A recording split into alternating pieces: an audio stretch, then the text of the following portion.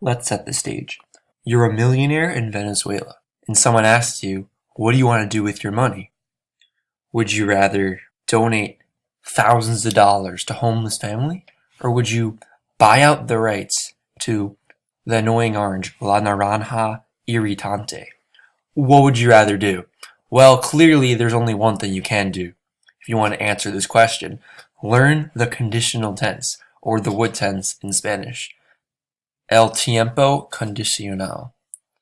Okay, let's get into it. So basically this tense is very similar to the future tense, like conjugation wise, and you can say things like I would go or would he take it, all that. Okay, so now let's get into the conjugation here. So you have your noun, and then you have the infinitive of a verb, any verb, and then you add the conditional ending. So the conditional endings are ia, ias, ia, iamos, iriais, and irian. So an example of this can be like, yo hablaría, I would talk. You have the infinitive verb, hablar, with the AR ending, and the conditional ending, hablaría. This also applies to all ER and IR verbs too. So yo comería, tú comerías. And then also, for example, asistir. Nosotros asistiríamos, we would attend. Okay, so here are some example sentences you can have. Iría a la fiesta de Isabela, pero estoy ocupado. I would go to Isabella's party, but I'm busy. This is the would. Tomaría la culpa en vez de Dario. Sin embargo, tengo miedo de las consecuencias. I would take the blame of him. However, I'm afraid of the consequences. Oh, comiste en esa tienda? Comería ahí, pero no me gusta la comida colombiana. You ate in this store? I would eat there, but I don't like their Colombian food. Okay, so that's basically all 99% of verbs. However, there are a couple irregular verbs. It's that simple. It's exactly the same as the future tense, you just added on the infinitive ending. However, it's just with these instead of like yo, to, as. Remember, always add the accents on. Okay, so here are the irregulars. While this slide may look daunting, you'll understand it at the end. So just coming down here, I conjugated them all in the yo or the el form, the singular form, which are exactly the same. Yeah, conjugating the singular form. So you have saber, haber, tener, hacer, decir, poner, salir, venir, poder, valer, etc.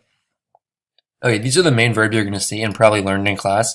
So you have sabría, abría, tendría, haría, diría, pondría, saldría, vendría, podría, valdría, quería, and cabría. Okay, so basically what you have is you have this stem right here. What you see, they're not in order, I apologize for that. So for hacer, which is the fourth one on the list here, you have haría. So R, and then you add the ending. So for example, if you want to say they would do, would be ellos harían. R, ian. Querer, we will want, or we would want, queríamos. It's the same with all of these two. Additionally, you have other verbs like rehacer or deshacer. That's a reharía, desharía. It's exactly the same like verbs that contain other verbs. So predecir, prediria, or this can also be predeciria, like normal infinitive ending. This verb is a little awkward. And contener is not conteneria, it's contendria, because it includes the word tener inside of it. So another verb, which is a little bit common, kind of rare, is satisfacer, to satisfy. And you see it hacer, which is pronounced exactly the same as this since the H is silent. So this one would have the same R ending, so satisfaría. Okay, so once again, all verbs that are irregular in the future are irregular in the conditional. So basically what you see is that these verbs are exactly the same as the future tense verbs. If you watch my video on that, you'll see that these are the exact same verbs there. So I'll get into some example sentences with them. Si tuviera mucho dinero, tendría una mansión. If I had a lot of money, I would have a mansion. There's the I would have right there. Si fuéramos chicas, queríamos la ropa femenina. If we were girls, we would want feminine clothing. Ustedes harían la tarea, pero no la tenían. No la tienen. You all would do the homework, but you don't have it. There's the would do. Valdría muchísimo dinero, pero no está en perfecto estado. So valer, to cost, or to be worth. So it would be worth a lot of money, but it's not in mint condition.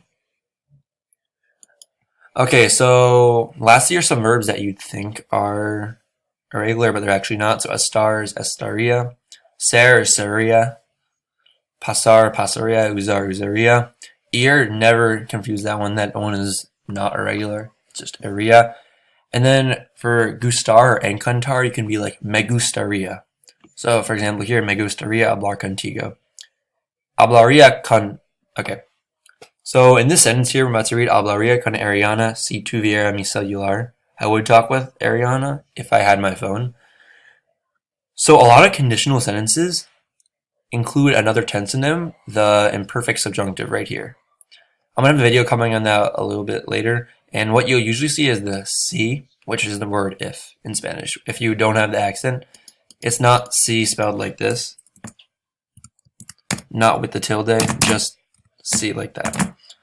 And I had in past sentences here the imperfect subjunctive, so right here when I said si fuéramos or si tuviera, it usually ends in iera, like comiera, ubiera. If you see that, that usually indicates that conditional is coming up, because when you use the imperfect subjunctive, you most of the time always use conditional with it.